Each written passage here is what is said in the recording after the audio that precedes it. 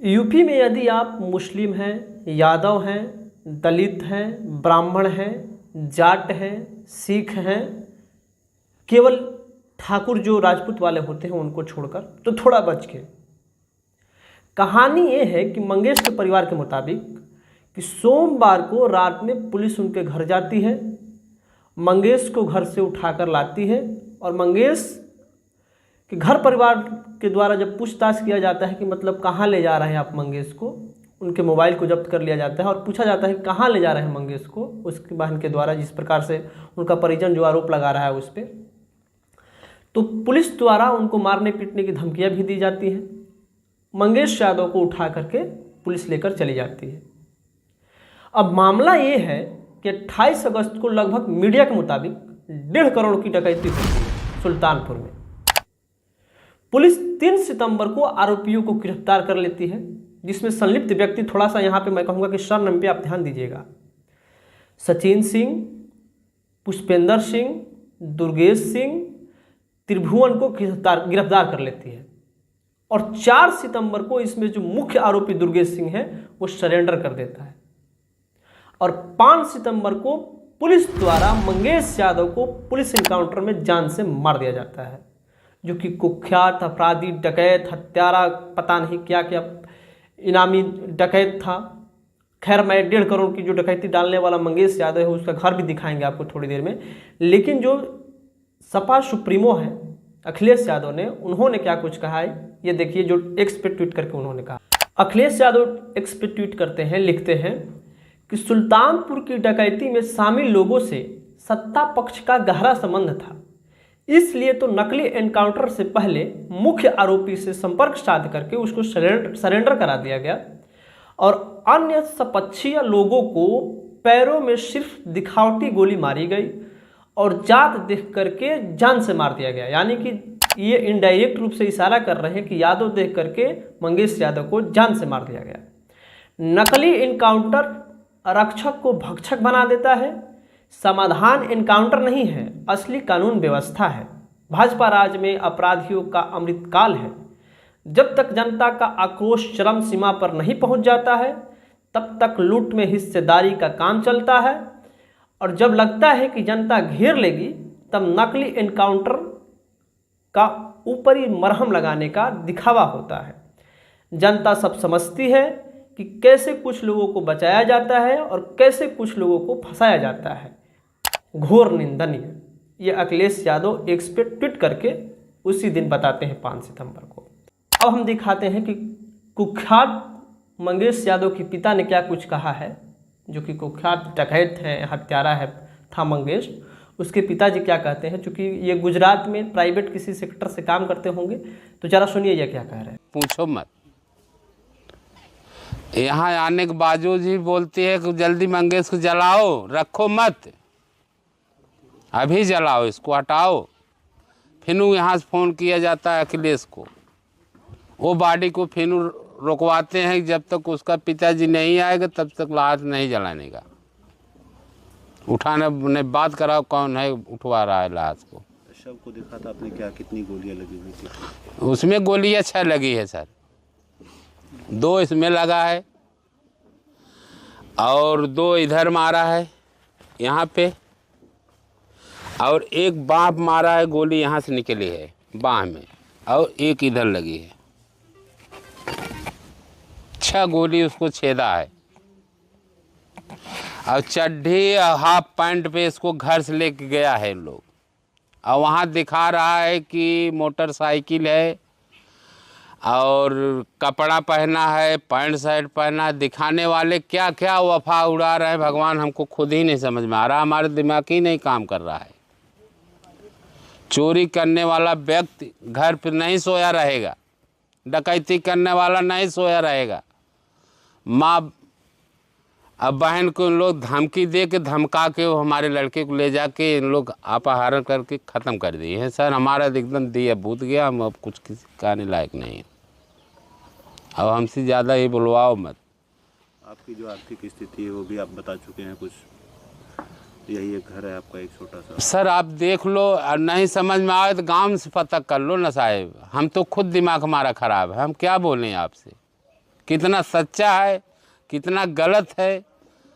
हमारा लड़का कितना मर्डर किया है, कितना कत्ल किया है, कितना डकैती किया है, गांव वाले से पता करो सर। हम कुछ नहीं आपसे बताएंगे, इसके बारे में हम कुछ नहीं बोल पाएंगे, क्योंकि उसके लड़के एक ही लड़के के नाते से उसकी माँ बहन बेहोश हो गई है। अब जब मेरा दिमाग भी नहीं काम कर रहा है, हम भी कत्ल करके अपना हम भी मर जाऊँ।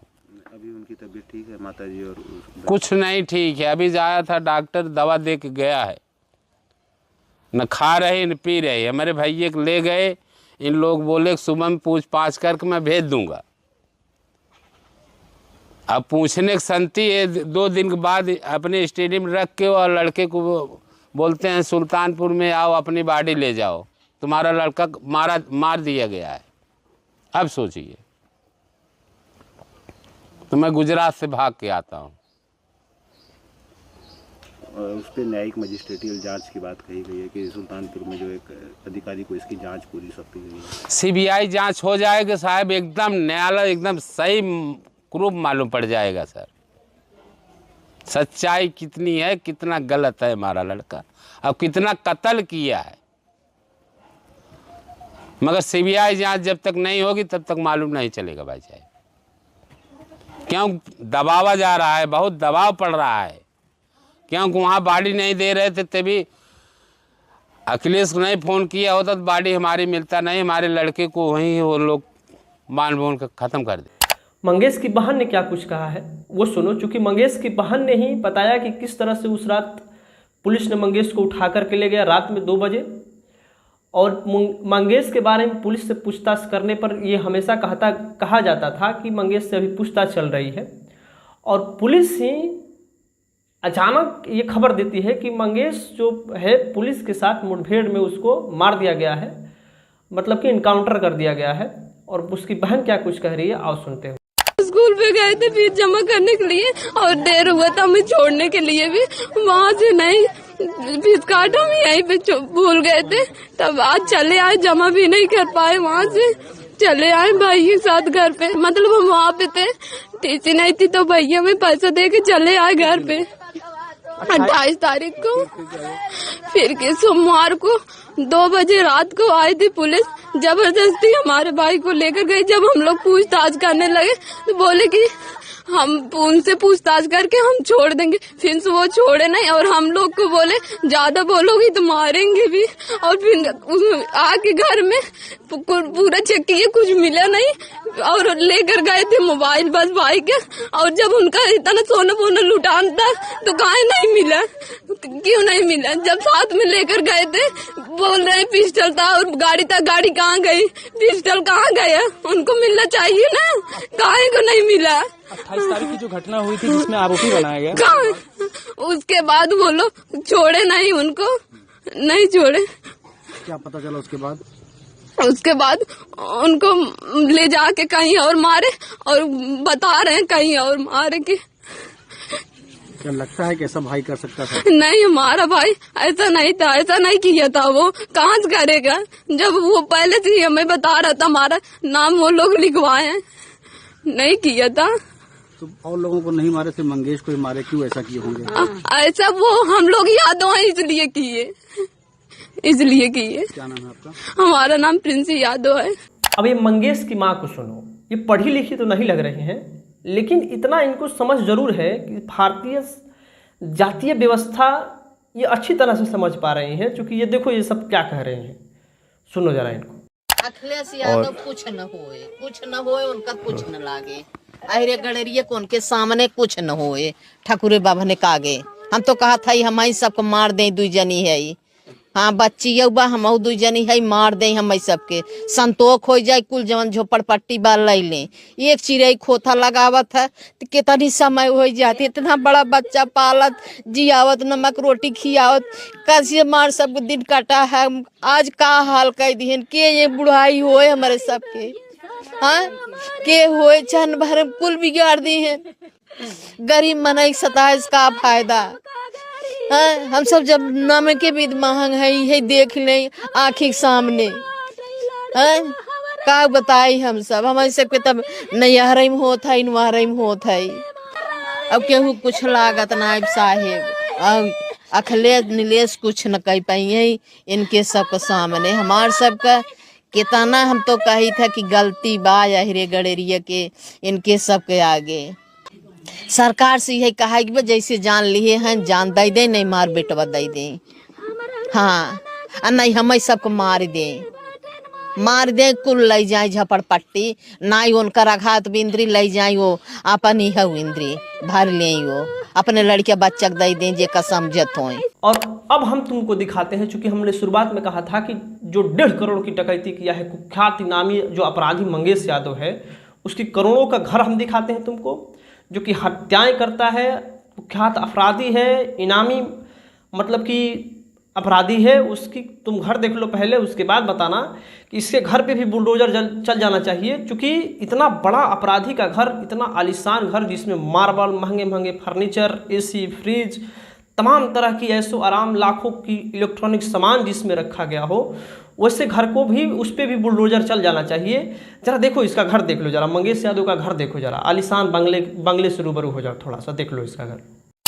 उत्तर प्रदेश पुलिस के हिसाब से कुख्यात डकैत मंगेश यादव के घर खड़े हैं। ये मंगेश का घर है जहां श्रद्धांजलि के लिए उसकी एक तस्वीर लगी है। 20 साल का लड़का जिसे डकैत बताकर उत्तर प्रदेश पुलिस ने मुठभेड़ में मार गिराया और कहा कि हमने कानून का राज कायम कर लिया है। उसका घर देखिए, कुख्यात डकैत का घर देखिए, कितना आलीशान मकान है।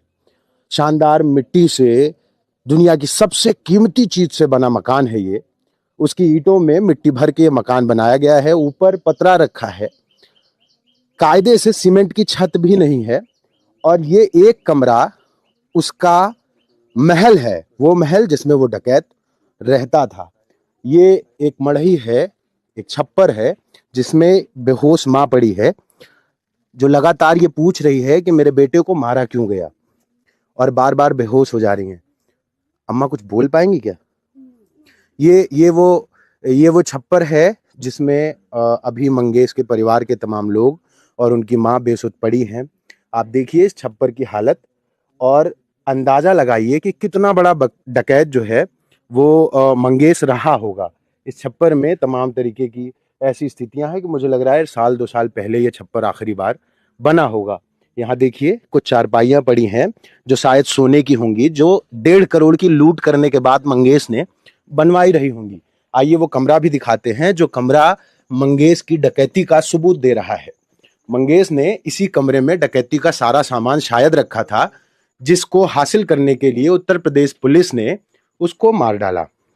ये देखिए मंगेश के कमरे में एक सिलेंडर, ये कमरा भी नहीं कह सकते लेकिन ठीक है, ये एक सिलेंडर है। शायद ये मुझे लगता है कि सरकार द्वारा दी गई उज्ज्वला योजना का सिलेंडर होगा, लेकिन सरकारी योजना से आने वाला सरकारी आवास मंगेश के हिस्से नहीं आया। मंगेश के कट्टर हिंदू होने के भी सबूत यहाँ दीवार पर चिपके हुए हैं। वो हिंदू भी था और बाकायदा उतना ही हिंदू था जितना हिंदू आप किसी को भी कट्टर हिंदू मानने के लिए मानते हो। और ये मंगेश के घर में एक टूटी हुई ये अगेठा है, इसमें दही जमाई जाती है। ज्यादातर आप पाएंगे कि जो किसान जातियां हैं उनके यहाँ इस तरीके के सामान प्रचलित रूप से हैं और ये अपने हाथ से बनता है, करोड़ों की लूट से नहीं आता है।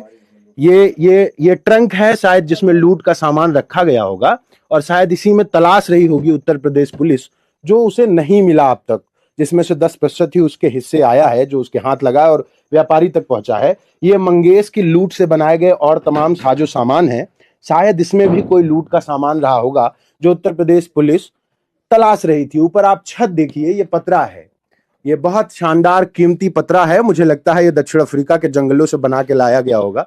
शायद मात्र इतने की वजह से कुख्यात डकैत बना दिया गया मंगेश को। उसने जाने कौन सी लूट की थी और जो छुटपुट चोरी और छिनैती की घटनाएं उस पर दर्ज थी, उनसे बनाया गया ये आलीशान महल है। आप देखिए जिसकी जान ले ली डीके शाही और उनकी टीम ने। उस घर में क्या क्या है, ये एक बाल्टी है देखिए, इसमें इनके खाने के थोड़े सामान है, थोड़ा आलू रखा है, टूटे हुए पंखे रखे हैं और ये एक देखिए बहुत बड़ा पंखा ये भी है। ये पंखा देख के आपको अचरज होगा कि एक डकैत ने अपनी कमाई से इतना बड़ा पंखा लगाया। शायद किसी लुटेरे, किसी नेता के घर में इतना बड़ा पंखा नहीं लगा होगा। आप असली हकीकत देखिए कि मंगेश क्या था, आप तय करिए। मैं ये नहीं कहूंगा कि मैं जो कह रहा हूं आप मानिए, आप खुद तय करिए कि मंगेश क्या था। ये मंगेश का घर है, ये मंगेश की स्थिति है और मंगेश का बेसुध पड़ा परिवार है। अभी हम लोगों ने इनके बारे में हम लोग थोड़ा बात नहीं किए, जो कि ये डीके शाही जी हैं, इनका ही थोड़ा सा बात होना चाहिए, क्योंकि इन्होंने इतना बड़ा आपराधी का मतलब इनकाउंटर किया है इन लोगों ने, तो इनको भी थोड़ा जो अपराधी को मारे हैं, कुख्यात अपराधी को, इनामी अपराधी को, इन पे भी थोड़ा सा बात होनी चाहिए, क्योंकि ये एक प्रकार का सुपर हीरो है, जो फ्लाइंग जट कह सकते हो इनको। मंगेश यादव को इनकाउंटर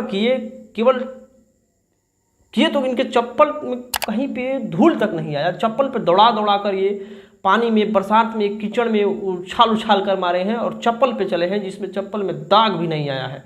देखो जरा इनको। और इनके बारे में बता दें मैं तुमको कि इनको 2019 में प्रमोट किया गया था, और इनकी जो धर्म पत्नी है भाजपा में है, भाजपा योगी बाबा जी का बहुत बड़ा उन पर रहम करम है और उनकी मेहरबानी है।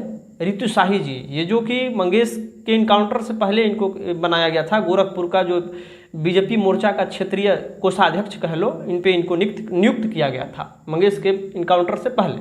अब जो इस देश का गोदी मीडिया है वो क्या इस खबर को कैसे दिखाती है, तुम देखो जरा।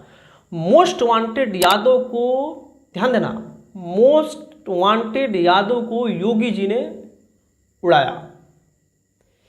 कैसे किसी विशेष जाति के लोगों को टारगेट करके और बदनाम करने का गोदी मीडिया द्वारा, या यह कह लो कि जी न्यूज द्वारा ये साजिश है। इनका इतना हिम्मत है कि ये लोग ये लिख दे कि किसी मोस्ट वांटेड राजपूत या ठाकुर को योगी जी ने उड़ाया, किसी मोस्ट वांटेड ब्राह्मण को योगी जी ने उड़ाया, किसी मोस्ट वांटेड भूमिहार को योगी जी ने उड़ाया। ये नहीं लिखेंगे, ये केवल मुस्लिम, यादव, SC ST के लोगों को बदनाम करते हैं बस। अब तुम कहोगे कि अपराधियों का कोई जाति नहीं होता है, बिल्कुल ये मतलब इन पे जाति राजनीति नहीं होना चाहिए, लेकिन यूपी में जाति को देखकर इनकाउंटर जरूर हो रहा है। तुमको लग रहा है मैं झूठ बोल रहा हूँ? देखो, ये 2017 से लेकर 2023 तक 183 लोगों को, अपराधियों को मार दिया गया, जिसमें सबसे अधिक मुसलमानों को मारा गया 61 लोगों को, ब्राह्मण जो कि 18 लोगों को मार दिया गया, गुर्जर और जाट मिलकर के 15 को मार दिया गया, यादव 14, 13 दलित, 3 गो SC ST, 2 गो सिख, 7 गो OBC समुदाय से और 24 अन्य लोग इसमें शामिल हैं। अब तुम खुद तय कर लो कि इसमें क्या हो रहा है। खैर, अब इस देश में कानून व्यवस्था का कोई मतलब नहीं है। ये सभी जो हैं, मतलब कि ये सुप्रीम कोर्ट है, हाई कोर्ट है, सिविल कोर्ट है, राजनेता हैं, विधानसभा है, राज्यसभा है, लोकसभा है, इन सब का कोई अब मतलब नहीं है। योगी जी अब आ चुके हैं, संविधान का कोई मतलब नहीं है, ये सब संभाल लेंगे। कौन जिएगा कौन मरेगा अब उसकी जाति और उसकी धर्म तय करेगा, कौन घर में रहेगा कौन झोपड़ी में रहेगा, किसके घर पे बुलडोजर चलेगा उसकी जाति तय करेगी, उसके धर्म तय करेगा, बाकी तुम्हारे ऊपर है। धन्यवाद, जय हिंद।